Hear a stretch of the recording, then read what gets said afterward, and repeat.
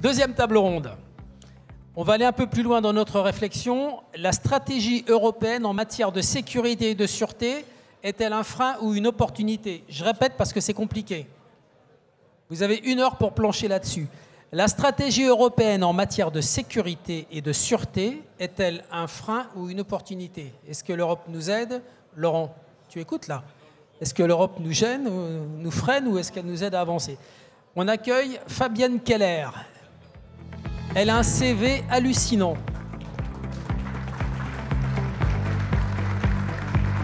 Diplômée de Polytechnique et de l'université de Berkeley.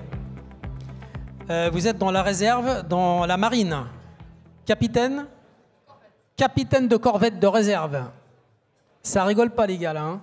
Il n'y a que des généraux. Oui mais quand même. Polytechnique. Députée européenne, députée au Parlement européen, l'organe parlementaire de l'Union européenne, j'ai révisé, je m'en souvenais plus, 705 députés des 27 pays de l'Europe élus au suffrage universel. Vous avez commencé votre carrière au ministère de l'Agriculture, vous êtes allé ensuite au ministère des Finances, vous avez été élue maire de Strasbourg, vous avez été sénatrice du Bas-Rhin, et vous êtes donc aujourd'hui députée européenne depuis 3 ans, et avec vous, Dan Rothenberg. Où est Dan? Ça va bien? Installez-vous, vous êtes chez vous. Donc 2 intervenants pour cette deuxième table ronde. Dan, vous êtes fonctionnaire à la Commission européenne, vous êtes le chef de l'unité, alors là, Security in the Digital Age. La sécurité à l'âge digital. On disait avant le cybercrime, ça a changé de nom.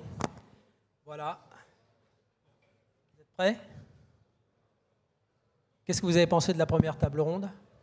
Très bien. Intéressant, hein? Et bravo de faire témoigner d'autres pays européens et d'échanger les pratiques, parce que je trouve qu'on a fait un bond en avant à l'occasion du Covid. On a vraiment appris à regarder comment les autres font. Et l'idée de voir ce qui est peut-être pas transposable directement, oui, mais ce qui peut donner des idées. Fabienne, il y a quelque chose qu'on n'a pas dit à propos du Covid, c'est qu'en Suisse, il n'y a pas eu de confinement. Quand Emmanuel Laurent parlait de la discipline des Suisses, il n'y a pas eu de confinement et les gens n'ont pas fait n'importe quoi. Alors, Fabienne Keller, au Parlement européen, vous êtes particulièrement engagée au sein de la Commission de la justice et des libertés civiles. Vous travaillez entre autres sur les sujets de protection de l'état de droit en Europe et sur le sujet des droits de l'homme. Alors, protection de l'état de droit et droits de l'homme, comment est-ce que ça va ensemble? Alors, comme notre ami suisse l'a dit, l'Europe, c'est un espace de liberté, de sécurité. Et nous, en Europe, par rapport aux Suisses, on rajoute et de justice. Donc, c'est l'application de ces principes fondamentaux, hein, qui sont tout en haut dans les traités européens, qui confient à l'Union européenne un ensemble de missions. Donc, la sécurité aux frontières, c'est Schengen. On n'a pas trouvé le Graal, ça c'est pas pour moi. Et c'est Schengen, ah ben on l'a en grand là-bas aussi. Pour la sécurité aux frontières, c'est un ensemble de politiques dans le domaine de la sécurité. Et pour le sujet qui nous réunit ce soir, c'est la coopération policière, c'est les échanges d'informations. Et la coopération policière, elle est notamment portée par l'agence qui s'appelle Europol, où les forces policières et de gendarmerie ou de guardia civile et équivalents de tous les États membres sont présentes parce qu'ils délèguent des gens et parce qu'ils ont des officiers de liaison. Depuis cette semaine, d'ailleurs, la réforme d'Europol est totale. Voilà, on a renforcé les compétences d'Europol pour qu'ils puissent aller encore plus loin dans l'échange d'informations, pour renforcer le cadre de coopération de ce qu'on appelle les équipes communes d'enquête. C'est-à-dire qu'on met des enquêteurs de plusieurs États membres pour être extrêmement efficaces, pour être plus manœuvrants, pour pouvoir plus vite avoir l'aide des États membres. Ça existe depuis quelques temps, ça déjà, les équipes communes d'enquête. Hein, ah oui, messieurs de la gendarmerie, madame de la police. D'autres personnes dans la salle connaissent peut-être mieux la date de création. Ça existe depuis un moment. Mais il faut souligner que c'est cette coopération qui a permis de grands démantèlements. Alors moi, j'ai eu la chance de visiter le pôle judiciaire de la gendarmerie nationale où on m'a parlé de l'opération. PJGN. Absolument. PJGN.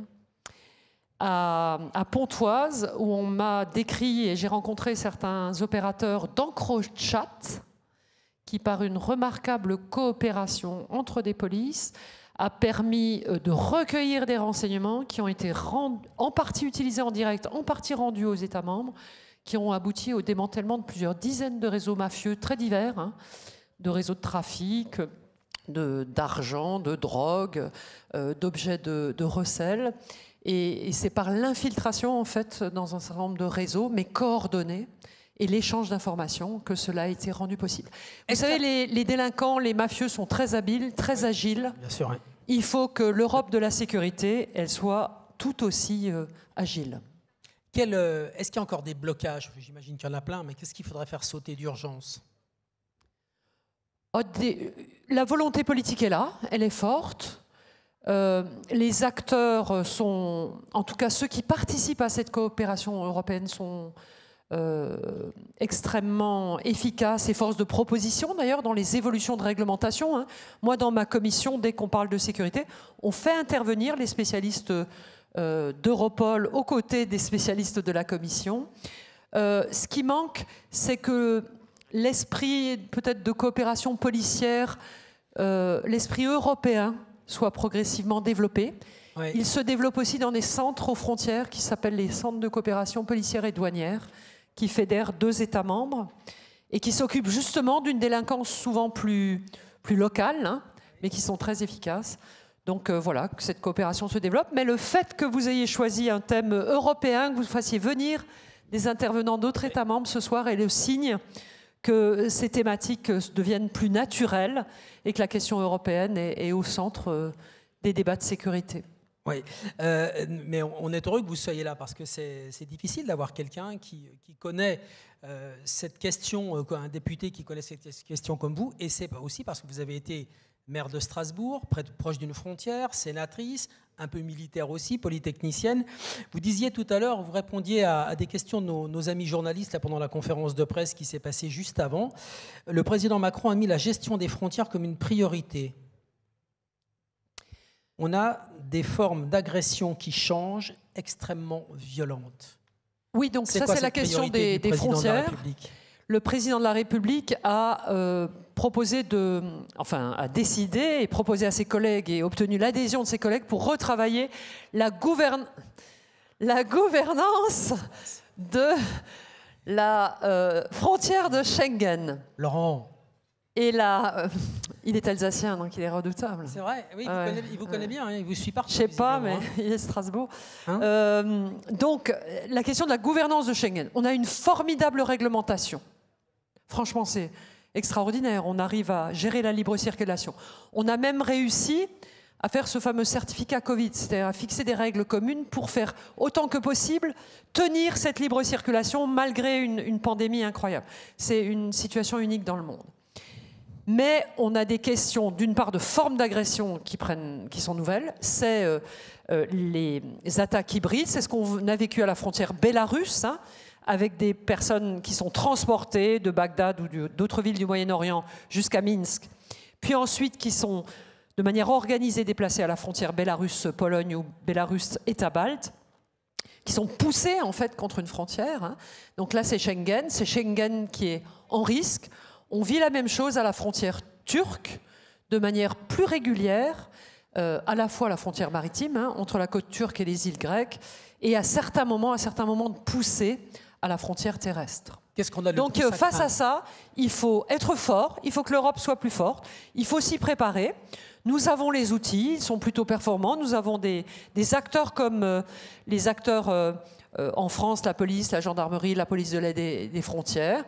On n'est pas dans la sécurité privée sur ces sujets-là, c'est une action publique en direct, mais il est très important de pouvoir apporter des forces complémentaires, et c'est ce que fait notamment Frontex au moment d'une crise majeure.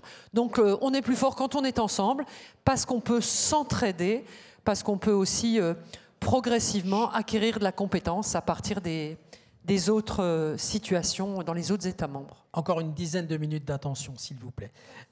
Qu'est-ce que... J'avais une question...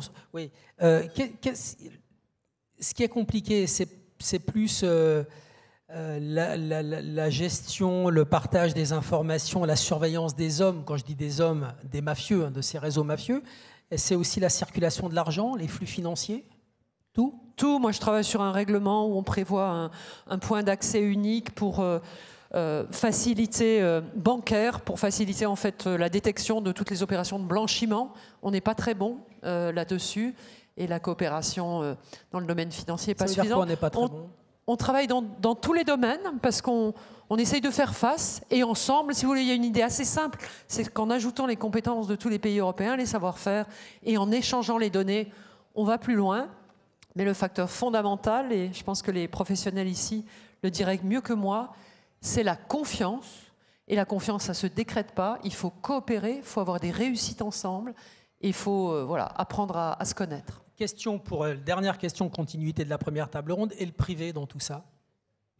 Alors, nous parlons du niveau européen, et donc en général l'organisation entre police, gendarmerie, communes, forces d'intervention privées, sociétés privées, voilà, sécurité ferroviaire, sécurité hospitalière, gestion des HLM, relève du niveau local. Donc en Europe, on a le principe de la subsidiarité. Cette délégation, eh ben, ça relève des autorités nationales ou locales.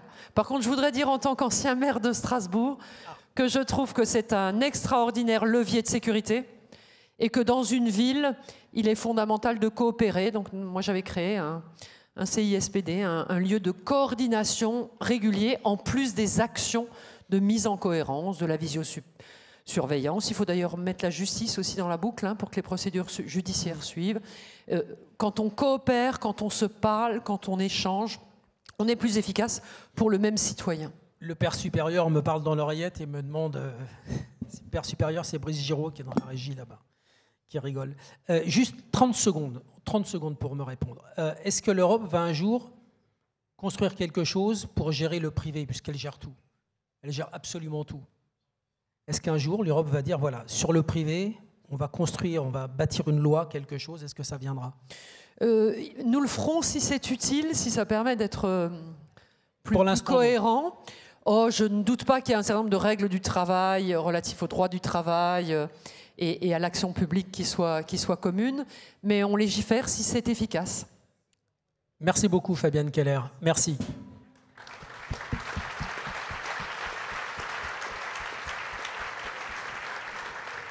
Dan Rothenberg, vous avez un nom de cinéma, un nom d'agent secret.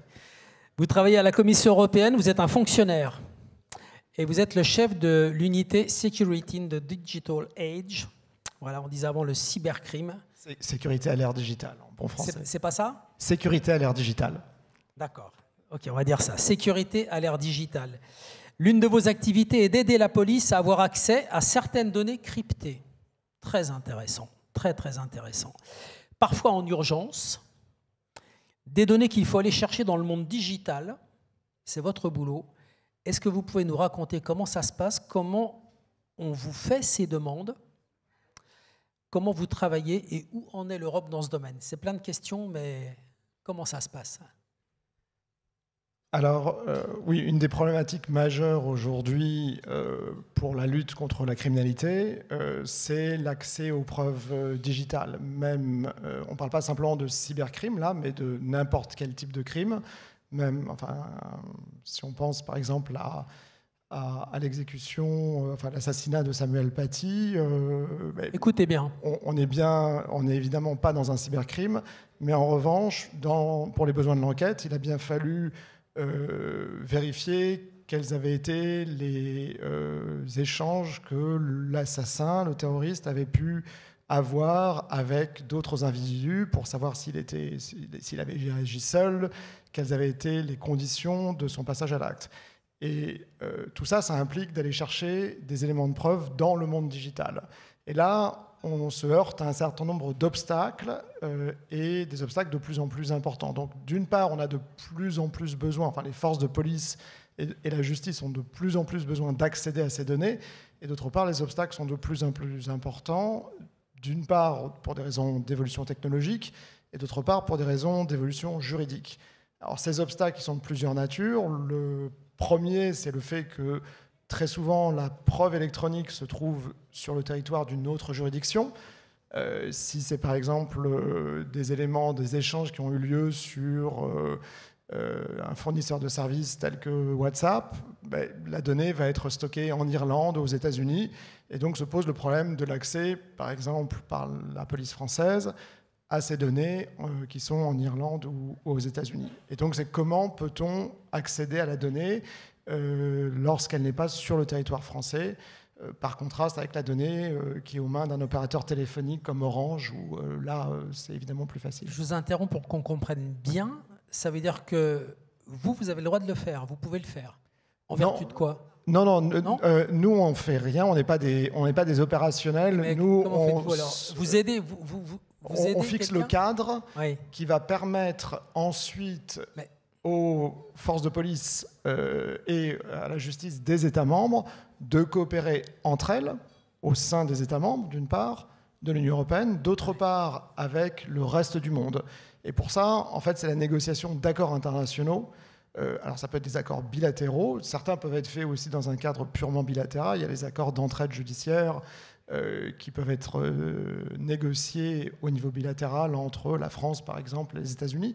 Mais il y a un cadre juridique, il y a des accords internationaux qui sont négociés par l'Union européenne après mandat donné par les États membres à la Commission pour le faire. Et sincèrement, parce que là, on est entre amis, on n'a rien à se cacher, ça marche, votre opération, là ? Alors, ça se développe, on a plusieurs niveaux. Au niveau européen, la Commission a fait des propositions pour ce qu'on appelle la preuve électronique, pour accélérer l'accès à la preuve électronique. Et c'est donc la proposition date de 2018. Oui, c'est la preuve détenue par un autre État membre. Et là, on est actuellement en trilogue, c'est-à-dire en négociation entre le Parlement et le Conseil des ministres, donc les deux éléments, enfin les deux institutions qui légifèrent dans l'Union européenne sur proposition de la Commission pour améliorer, la situation. Mais on a aussi une convention internationale qui existe, qui est la convention de Budapest, qui, elle, a été négociée dans le cadre du Conseil de l'Europe, et non pas de l'Union européenne, et qui est ouverte à des pays qui ne font pas partie du Conseil de l'Europe. Donc on a 66 pays membres, dont par exemple les États-Unis, le Canada, le Japon, l'Australie, le Chili même. Et puis, depuis cette année, on négocie une convention sur le cybercrime dans le cadre des Nations Unies. Alors là, on passerait à quasiment 200 membres. Autant vous dire, évidemment, que c'est une négociation qui risque d'être difficile, pour mettre d'accord autant de pays, mais le délai est assez court puisqu'on devrait, l'objectif que se sont fixés les États membres des Nations Unies, c'est de conclure en 2024. D'accord. Comment est-ce qu'on peut faciliter les échanges et la collaboration entre pays ? Vous m'aviez dit qu'il existait 3 grands chantiers. Alors, au-delà donc de cette problématique de l'échange de la preuve électronique avec des pays tiers, on a d'autres difficultés. La première difficulté, c'est quand la preuve est disponible ou quand on peut avoir accès à la preuve, quelquefois ces éléments peuvent être chiffrés. Et là, c'est comment peut-on casser le chiffrement, comment, malgré le chiffrement, peut-on avoir accès à ces informations-là ? C'est évidemment absolument clé. La deuxième problématique, c'est est-ce que la donnée existe encore ? Parce que ces données sont effacées régulièrement par les opérateurs au bout d'une certaine période. On l'a vu récemment avec le Stade de France. Ah bon ?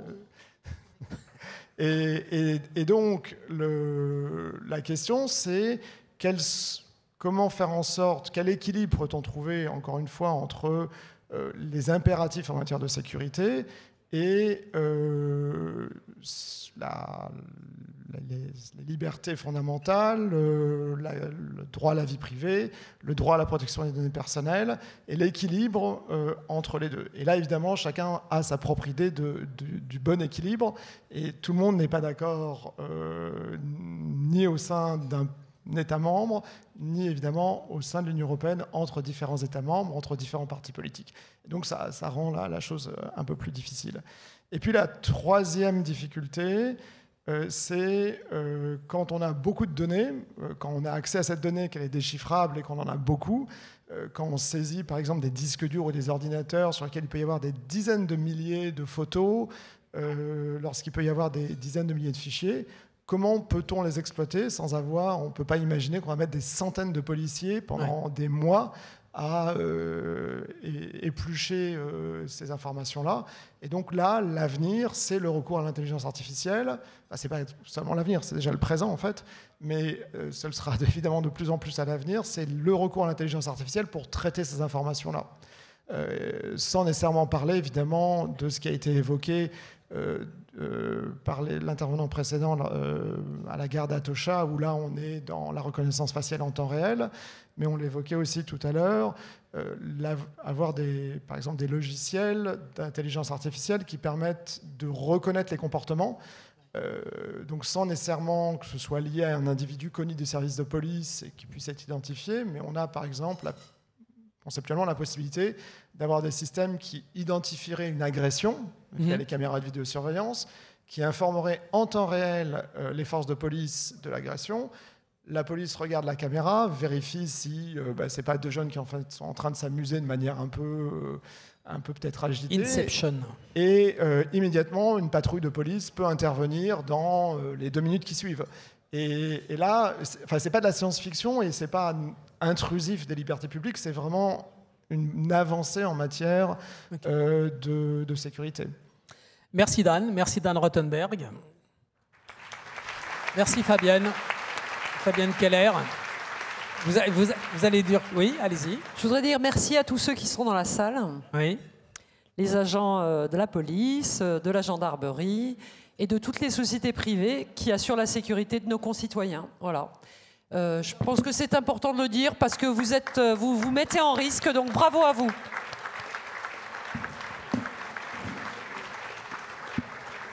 Alors, vous allez presque passer à table, mais avant, allez-y, je vous en prie. Merci beaucoup, Madame la députée, on va y arriver. Jean-Martin Jasper, préfet, un petit mot, 2 questions. Délégué interministériel pour l'intelligence artificielle. Vous allez nous dire un petit mot. Voilà. Vous avez été directeur du Chémi pendant 11 ans. On va regarder quelques slides et j'aimerais que vous nous résumiez. Je vous laisse passer vos slides ou... Oui. Voilà. Allez-y.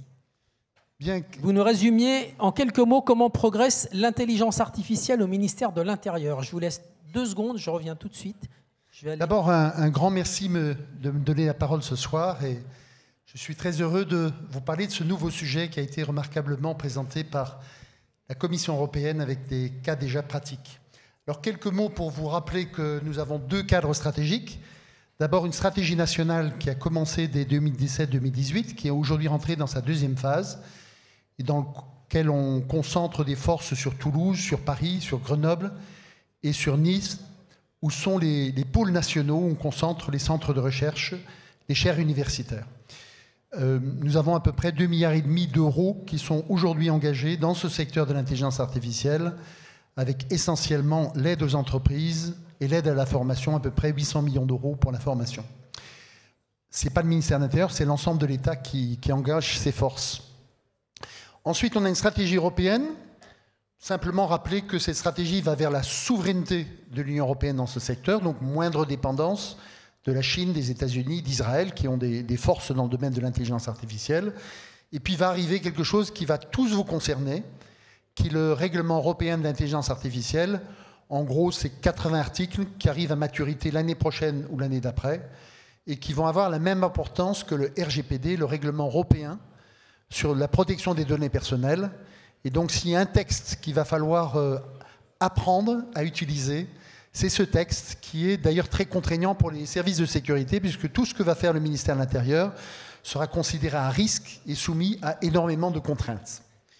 Quelques mots pour vous dire qu'aujourd'hui, au ministère de l'Intérieur, c'est tout petit l'intelligence artificielle. On n'a qu'une 60aine de collaborateurs sur, au sens extensif, 550 000 si on intègre la sécurité civile. Donc l'ère de l'IA vient de commencer Et puis, donc, ces collaborateurs réalisent à peu près 120 projets, dont une vingtaine sont aujourd'hui industrialisés et une centaine sont des projets de recherche.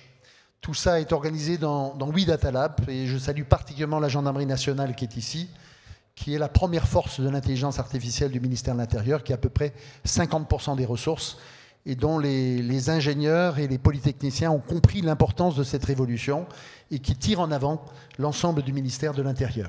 Sous la direction du général Boget. Oui, le général Boget est là et on sait que dans ce secteur, il est en pointe avec ses ressources. Ça, c'est le mapping. Je vous le résume en 2 mots. Secteur de la reconnaissance faciale, il vous concerne, ou la reconnaissance des images. Ensuite, vous avez tout ce qui est langage naturel, les chatbots. Vous connaissez ce champ. Tout ce qui améliore la qualité de la donnée. Les systèmes prédictifs qui vont bien entendu être extrêmement intéressants aussi dans le secteur des entreprises de sécurité privée. Et puis la lutte antifraude.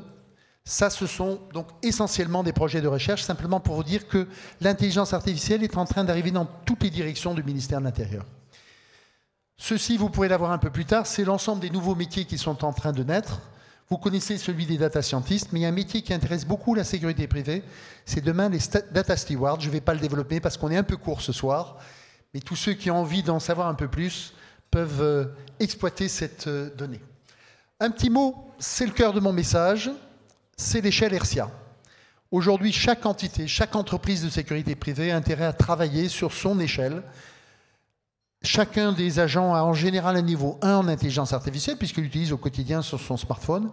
Et donc, il utilise les moteurs de recherche, la reconnaissance faciale, l'ensemble des points dans son quotidien, mais il n'a pas été formé. Niveau 2, c'est quasiment le code du permis de conduire.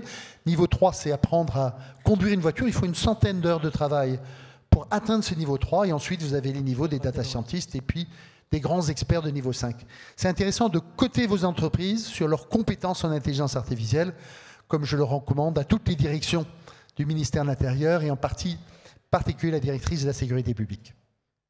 Monsieur le préfet, quel conseil donneriez-vous aux chefs d'entreprise du secteur privé qui sont avec nous ce soir dans ce domaine de l'intelligence artificielle?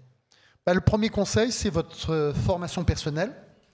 Allez-y, ça arrive. Donc, il faut en moyenne passer au moins 3 heures à maîtriser les concepts pour être capable de dialoguer avec un data scientist ou aller jusqu'à un cycle d'acculturation. Toute la formation est disponible sur Internet. Tout ça est sur FUN, France Université Numérique. Mais si vous n'avez pas le temps de vous arrêter là-dessus, c'est un peu complexe. Et si vous avez envie, je vous envoie mon livre, L'intelligence artificielle en 5 minutes par jour. C'est 40 chapitres ultra simplifiés. C'est First Edition. C'est l'intelligence artificielle pour les nuls. Il suffit de m'envoyer un petit mot et je vous le fais parvenir. Très intéressant. Merci, monsieur le préfet. Le préfet Jean-Michel Jasper, délégué interministériel pour l'intelligence artificielle. J'appelle très vite Nizan Toulemat et ensuite on passera à table. Nizan Toulemat, un petit mot. Monsieur Toulemat est coordonnateur du projet européen Starlight au CEA, le commissariat pour l'énergie atomique. Qu'est-ce que c'est Starlight? Merci beaucoup. Tout d'abord, je vous remercie pour votre invitation puis pour me permettre de présenter ce projet ambitieux. Donc, je suis Nizar Toulemat et je suis en charge des affaires européennes pour le CEA, pour la sécurité et la défense. Et j'ai le plaisir et l'honneur de coordonner le projet européen Starlight, qui est un projet qui a commencé en octobre dernier, dont l'objectif est de donner à l'Europe sa souveraineté et son autonomie pour l'utilisation de l'IA, de l'intelligence artificielle, pour la sécurité intérieure. Donc plusieurs objectifs. Le premier, c'est de développer des outils basés sur l'IA pour les forces de sécurité intérieure, police, gendarmerie. C'est d'être capable de protéger ces outils, cette IA, contre des attaques cyber. Et également, l'IA peut être utilisée par des malfaisants. Comment on peut se prémunir, se protéger contre l'IA adversariale qui peut nous attaquer. C'est 52 partenaires en Europe. C'est une question de long. Hein. Alors, ces 52 partenaires, continuez, puis après, vous nous direz rapidement en 30 secondes ce que c'est que l'IA. Allez-y. L'IA, intelligence artificielle. 52 partenaires en Europe, dont 15 différentes forces de police qui représentent 13 pays, 13 États membres différents.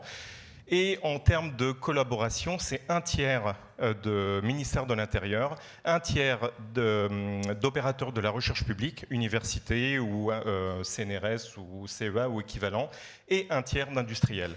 Donc c'est aussi une preuve de ce que peut apporter l'Europe en termes de collaboration et de puissance financière et de cadre pour la recherche et le développement en Europe, et pour susciter des collaborations déjà au niveau national, parce que dans Starlight, on a une Dream Team qui est le CEA, le CNRS, le ministère de l'Intérieur, Thales et une PME francilienne, la PME 22, d'ailleurs je crois qu'ils sont représentés ici. Donc c'est un exemple de ce type de Dream Team qu'on peut créer entre institutionnel, public et privé. Parfait, très bien. Donc 3 tiers et le 4e tiers, c'est le privé. Donc qu'est-ce qui fait le privé dans tout ça? Parce que on leur parle à tous nos amis. Un tiers police, ministère de l'Intérieur, un tiers organisme de recherche et un tiers privé, industriel. J'avais mal entendu. Avec beaucoup de PME. Ça va, mon général. Hein. Pas de ça entre nous. Hein. Si j'allais râler, Boget se moque de moi. Et d'ailleurs, je remercie fortement les gendarmes et la police que représente le ministère de l'Intérieur pour leur disponibilité et leur implication dans le projet, pour identifier les menaces prioritaires, pour nous aider à développer des cas d'usage, à développer des cahiers des charges et à proposer des sites pilotes et des scénarios de démonstration et d'évaluation. C'est parfaitement entendu, Monsieur Toulemat. Merci beaucoup pour votre intervention. Merci à tous nos intervenants. Merci, vous avez été sages jusqu'au bout. Ça n'a pas été facile. Hein. Vous avez été sages.